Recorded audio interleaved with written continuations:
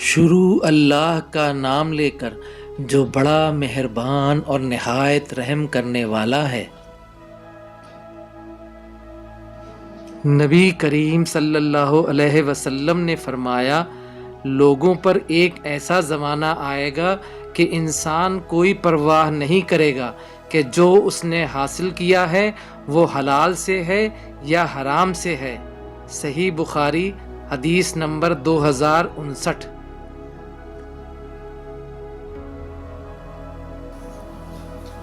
نبی کریم صلی اللہ علیہ وسلم نے فرمایا، اللہ تعالیٰ نے تم پر ماں اور باپ کی نافرمانی، لڑکیوں کو زندہ دفن کرنا، واجب حقوق کی ادائیگی نہ کرنا اور دوسروں کا مال ناجائز طریقے پر دبا لینا حرام قرار دیا ہے، اور فضول بکواس کرنے اور کثرت سے سوال کرنے اور مال ضائع کرنے کو مکروہ قرار دیا ہے۔ صحیح بخاری حدیث نمبر 2408۔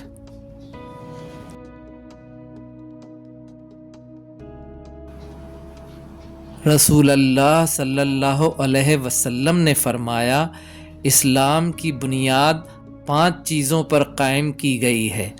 اول، گواہی دینا کہ اللہ کے سوا کوئی معبود نہیں اور بے شک محمد صلی اللہ علیہ وسلم اللہ کے سچے رسول ہیں، اور نماز قائم کرنا اور زکوٰۃ ادا کرنا اور حج کرنا اور رمضان کے روزے رکھنا۔ صحیح بخاری حدیث نمبر 8۔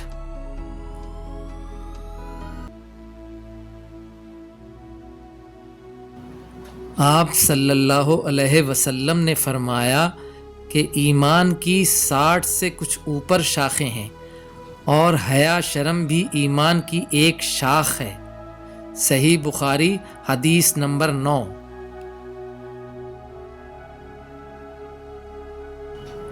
ایک دن ایک آدمی نے نبی کریم صلی اللہ علیہ وسلم سے پوچھا کہ کون سا اسلام بہتر ہے؟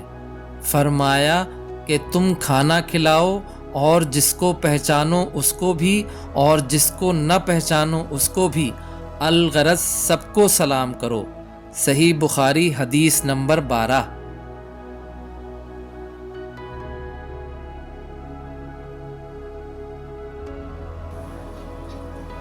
رسول اللہ صلی اللہ علیہ وسلم نے فرمایا کہ تم میں سے کوئی شخص جب اپنے اسلام کو عمدہ بنا لے، یعنی نفاق اور ریا سے پاک کر لے، تو ہر نیک کام جو وہ کرتا ہے اس کے عوض 10 سے لے کر 700 گنا تک نیکیاں لکھی جاتی ہیں، اور ہر برا کام جو کرتا ہے تو وہ اتنا ہی لکھا جاتا ہے جتنا کہ اس نے کیا ہے۔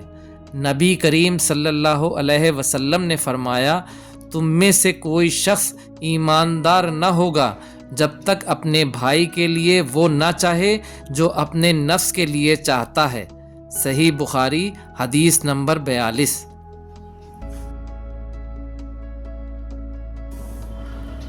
رسول اللہ صلی اللہ علیہ وسلم نے فرمایا، کیا تم سمجھتے ہو کہ میرا منہ ادھر قبلے کی طرف ہے؟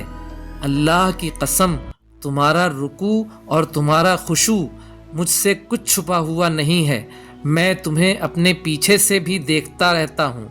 صحیح بخاری حدیث نمبر 741۔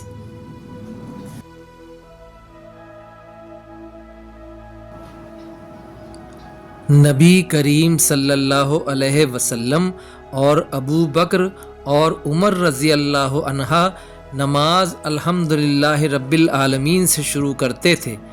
صحیح بخاری حدیث نمبر 743۔